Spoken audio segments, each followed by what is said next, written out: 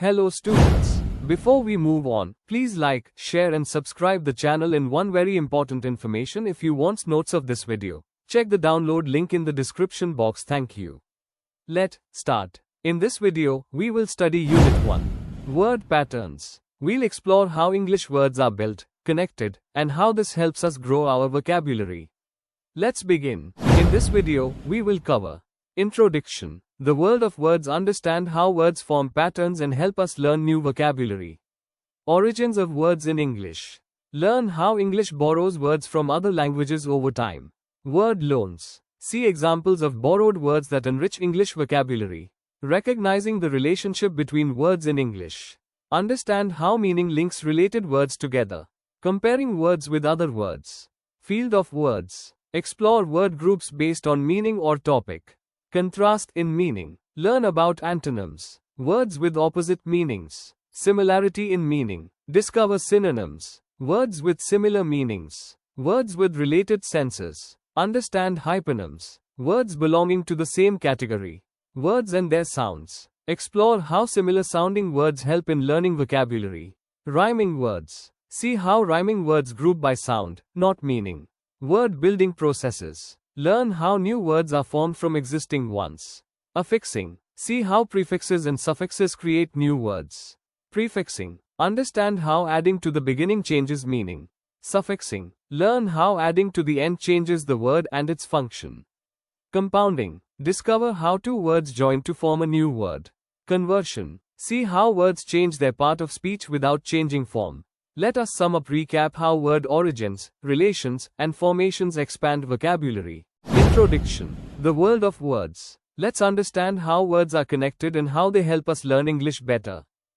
Words are the building blocks of any language. Content words carry the real meaning in communication. Example: house, run, blue.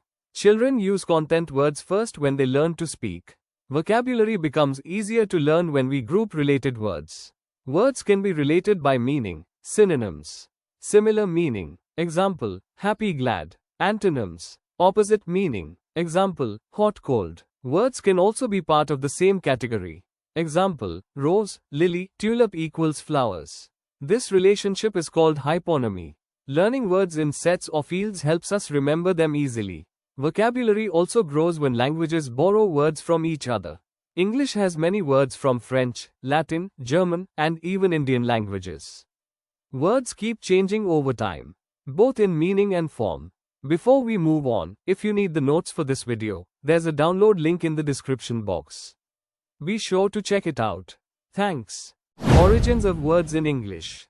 Let's understand how English builds its vocabulary from different sources. English words come from two sources: external and internal. External source means borrowing words from other languages. Many English words have Latin, French, and German origins. Example: nice came from Latin. Old French. English. The word nice used to mean silly, then fussy, now it means pleasant. This shows how meanings change over time through history. Such study is called etymology. It traces word history. Word origin tells us how English evolved and expanded. Vocabulary grew when English contacted other cultures and languages. Borrowing helped English express ideas more clearly and richly. Before we move on, if you need the notes for this video, there's a download link in the description box. Be sure to check it out. Thanks. Recognizing the relationship between words in English. Let's understand how words are related in meaning and how that helps us grow our vocabulary. Words can be grouped based on meaning, sound, or category. We learn new words by seeing how they are similar, opposite, or related in some way. Understanding word relationships helps us learn more words faster and use them correctly. These relationships form a field of words, a set of related words. Example: aerial, aeroplane, aerospace. All relate to air and form one field. There are three main types of word relationships in meaning: contrast in meaning, antonyms. Words with opposite meanings. Similarity in meaning, synonyms. Words with the same or similar meanings. Related senses, hyponyms. Words that belong to a broader category. Example: rose is a type of flower. Before we move on, if you need the notes for this video, there's a download link in the description box. Be sure to check it out. Thanks. Words and their sounds. Let's understand how sound patterns in words help us learn and remember vocabulary better. Words can be grouped by how they sound, not just by meaning. Rhyming words are those that end with similar sounds. Example: late, date, fate, gate all rhyme, they sound alike at the end. Rhyming helps us remember words easily, especially useful while learning English poems. Poems often use rhyming words to create rhythm and music in language. Learning one rhyming word helps in learning many more in the same group. Rhyming is a fun way to expand vocabulary, especially for beginners. These words may sound alike but have different meanings, so it's good to check a dictionary. Before we move on, if you need the notes for this video, there's a download link in the description box. Be sure to check it out. Thanks. Word building processes. Let's understand how English creates new words from existing ones using simple strategies.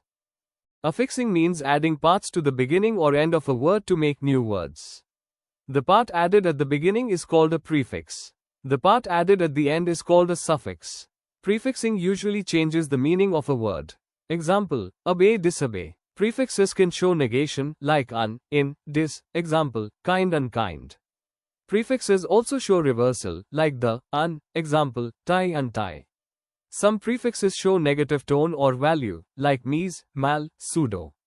Other prefixes show number, like bi, two, mono, one, multi, many, semi, half. Suffixing changes the word's form or function. Example: beauty, beautiful. Suffixes can change the part of speech, like noun to adjective or verb. Common suffixes include ness, ment, iron, ity, ul, able, etc. Compounding is joining two full words to make a new word. Example: rain or fall equals rainfall. Compounds have a new meaning, not always equal to both original words.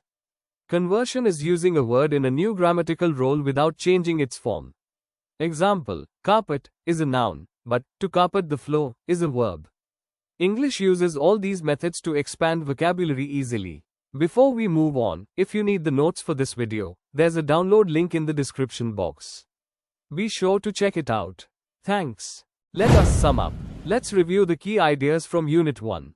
Word patterns in simple bullet points. English vocabulary grows by borrowing words from other languages. We understand word relationships by studying their opposites, antonyms, and similar meanings, synonyms. Words with related meanings belong to the same semantic field, called hyponyms. Words with similar sounds, rhyming words, help in learning and remembering vocabulary. Words follow patterns that help us build new words from old ones. These patterns may differ from one language to another. English uses many word-building strategies to expand vocabulary. Adding parts to the end of a word creates a new word. This is called a suffix. Adding parts to the beginning of a word creates a new word.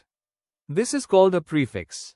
Combining two different words forms a compound word with a new meaning. A word can change its part of speech. Example: noun to verb, without changing form. This is called conversion.